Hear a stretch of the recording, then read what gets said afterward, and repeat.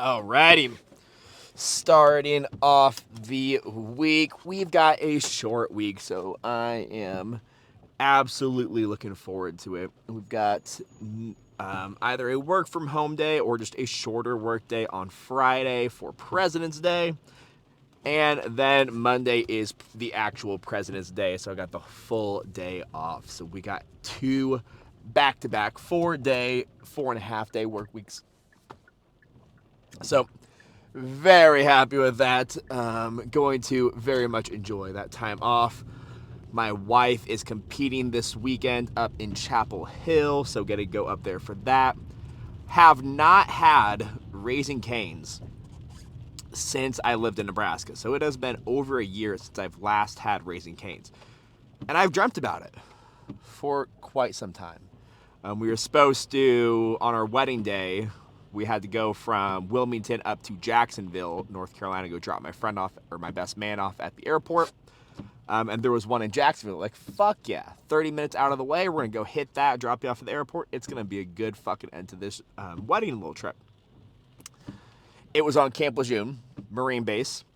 I was the only one with a DOD ID, so we could not get on because I would have been the only one who could have got on base to go get that, and they would have had to wait on the side of the road.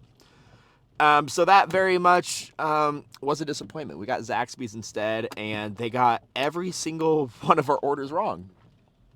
So, very much a big disappointment to end off my wedding weekend. But, alas, we are now going to Chapel Hill. There is a Raising Cane's in Chapel Hill. Besides that, I think we're going to hit up a Cinnaholic. She competes in the morning, so we got all day to spend eating in Chapel Hill, really. So that is going to be a great little 4-day weekend there. But getting into today, the more we can get an athlete out of their head, the less thinking we can have an athlete do, the more we can just let their body execute what it knows how to do. The more we can just give the body a task to complete. And have the body complete that task instead of the mind complete that task, the better off the athlete is going to be in nearly every situation. So a couple ways I like to do that. One is through touch and go reps. 2 is going to be through EMOMs. And 3 is through a constraint-led approach.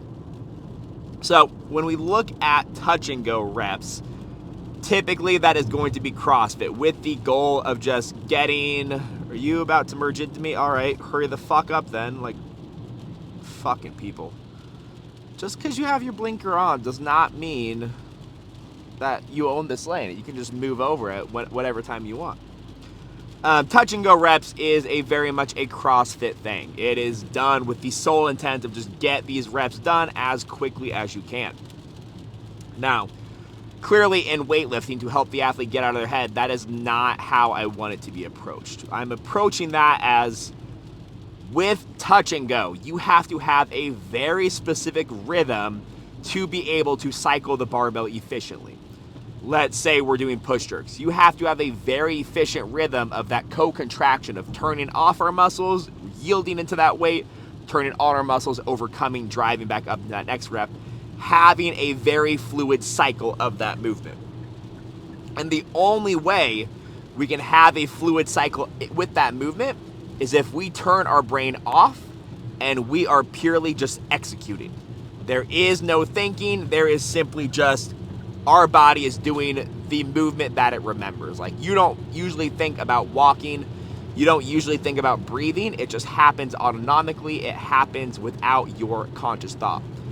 We want that. We want all of your Olympic lifts to be like that. We want everything in the gym to be like that. I want you to be able to perform your snatch and your clean and jerk. I want you to be able to walk up onto the competition platform without a thought in your head, and you can just execute without having to think about, oh, knees back, oh, punch through, any of that. Just fucking brain off, execute. Touch and go reps is going to, 1, train that rhythmic nature of the lift, so really help with that coordination, help with that timing. And 2, again, it's going to give you that brain off, just execute. Same thing when we look at EMOMs. If you are doing an EMOM, I typically do EMOM for the snatch and every 1.5 minutes for the clean and jerk, just so we can get approximately that 45 seconds of rest each time. The clean and jerk also is just a heavier lift, so you're getting about an extra 15 to 20 seconds for that one to recover. No matter what, usually in that time you're either reloading the weights or adding on more weight or tightening up the weight. So you're moving, you have about 30 seconds of pure no movement. And then again, you got to go through your pre-lift routine. So you got about 20 seconds in between each lift where you are not moving. During that time, all you're thinking about is, fuck, I have another lift to do here in 30 seconds. I need to catch my fucking breath. So there is no time to think about any outside stressors. There is no time to think about, fuck, did my knees get back there? I need to go review my lift. Well, you don't got fucking time to go watch the video back. You just got to fucking do. EMOMs are great at making you turn your brain off, go lift some heavy fucking weight, and can you maintain your technique under that extreme fatigue? So we're putting you under the fatigue so we can get the same work done with less weight, because now we have modified that rest so intensity feels higher. Brain turns off because you can't think about that next rep. You can't think about the current rep. You're just trying to survive. And then again, with that rhythmic nature, you are doing so many reps in such a constrained time period. Boom, boom, boom. We just have more time or less time to react, more of that coordination that's just innate in ourselves to do that work. So we have those touch and go reps. We have those EMOMs. And honestly, I forgot my third fucking point. We had touch and go. We had EMOMs. And there was a third thing that I really like to do to help the brain turn off. And fuck, I cannot remember for the life of me what that was. But that's really unfortunate. Okay, whatever, we move along. So, again, the entire goal is, in motor learning, we want to get the athlete to a place of unconscious competence. So, we have that little 4 diagram where we go from, let's see, it's unconscious incompetence. So, you don't know that you're bad because you don't know what you're doing. And then conscious incompetence. So you now know that you're doing it wrong, but you don't know how to fix it. So you are aware of how bad you are. And then we go to unconscious competence, unconscious incompetence, conscious competence, unconscious, I forgot the fucking third one there, but either way, we're getting to the point of that conscious competence, where we are unconscious competence. Good fucking Lord. Okay, so that third one, I am on a fucking roll right now. Good Lord.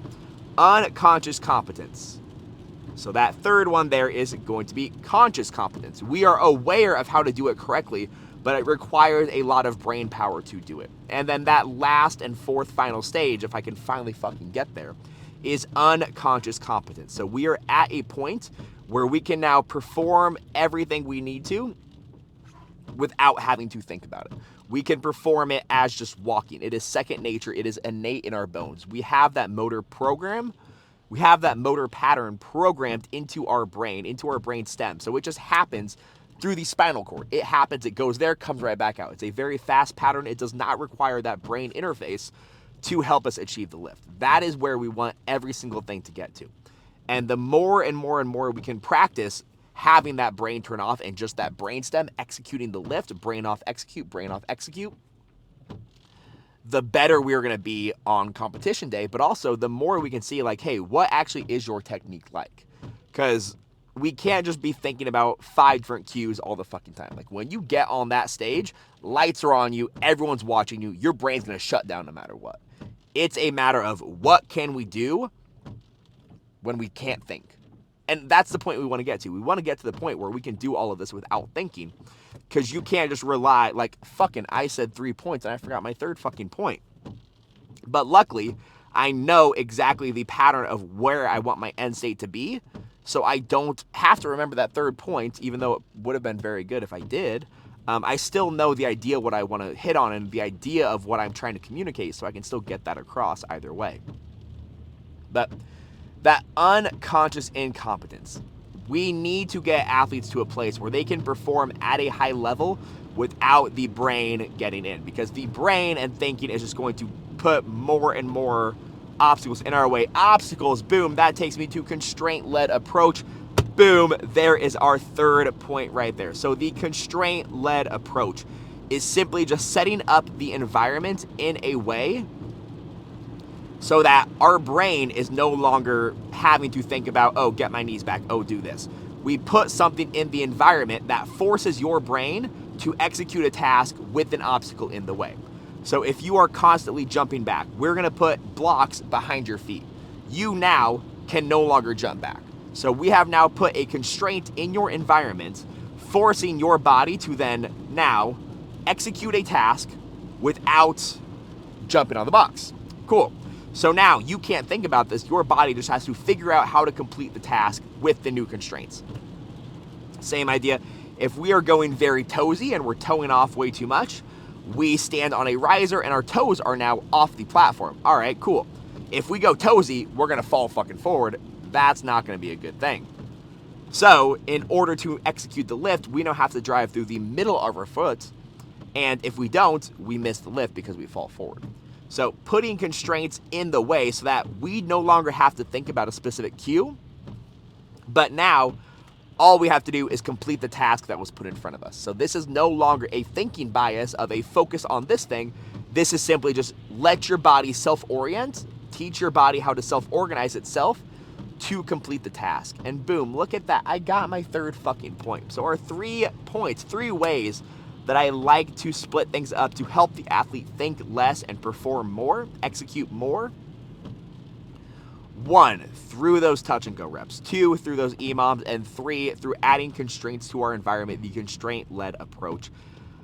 I put together an entire presentation on that for our Power and Grace staff at one point, and I'm a big fan of using constraints in our environment. So the more and more I can give an athlete a constraint instead of a cue, I think that is going to be better in the long run.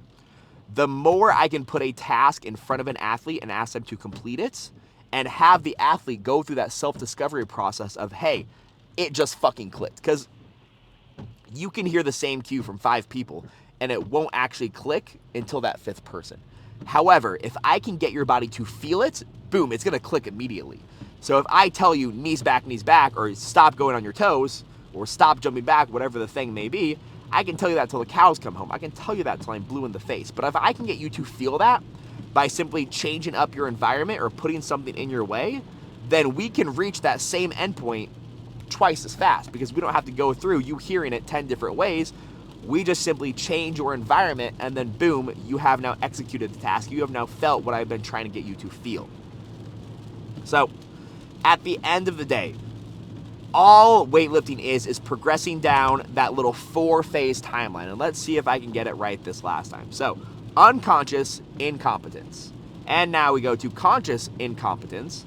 And then we go to unconscious competence, and then to unconscious competence. So we want to get to that unconscious competence where we no longer have to think, and we are just executing perfectly, executing well without any thought process behind it. It is innate. It is second nature. It is walking. It is breathing. We no longer have to focus on cues. We simply just execute. The more and more we can get athletes out of their head, the more and more we can get them just executing, that will be better in the long run for everyone. Weightlifting is a very mental sport. It is a very mental game. If you just get someone strong, that's going to take them a long way. But if they're strong with a mental game that is shit, it doesn't matter. You're going to have someone who bombs out every single time they hit the platform. So it doesn't matter what you hit in the fucking gym if you can't pull it together on the competition platform. And the competition platform is you versus you. It is a mental game. It is who is the strongest and who can actually show up on game day and put shit together. So then we have to train the athlete. And just speaking for myself here, because I am also competing in weightlifting for 3 years, we're all head cases. Every single Olympic weightlifter is kind of dramatic, is kind of pretentious, and is a fucking head case. Like, I speak for myself as well when I say that. So the more we can get us Olympic weightlifters out of our head. The more we can get us to not think, the less we can get us to think, is another maybe better English way to say that, the better the athlete will be able to perform come game day. And come game day is the only thing that matters. But also, if we can get the athlete out of their head more in training, the better training sessions they're going to have overall. Because the less time they're being like, fuck, this was a terrible day. Fuck. Because they're just going to be more focused on executing than trying to be perfect at all times. If we can just make it a task goal of out of your head, execute, the better it's going to be in the long run, and the better it's going to be in the short run too. So I'm very happy with myself for finally getting that 4-phase structure actually correct, and for remembering my third point there. So go me. Like this one a lot. Hope you all did too.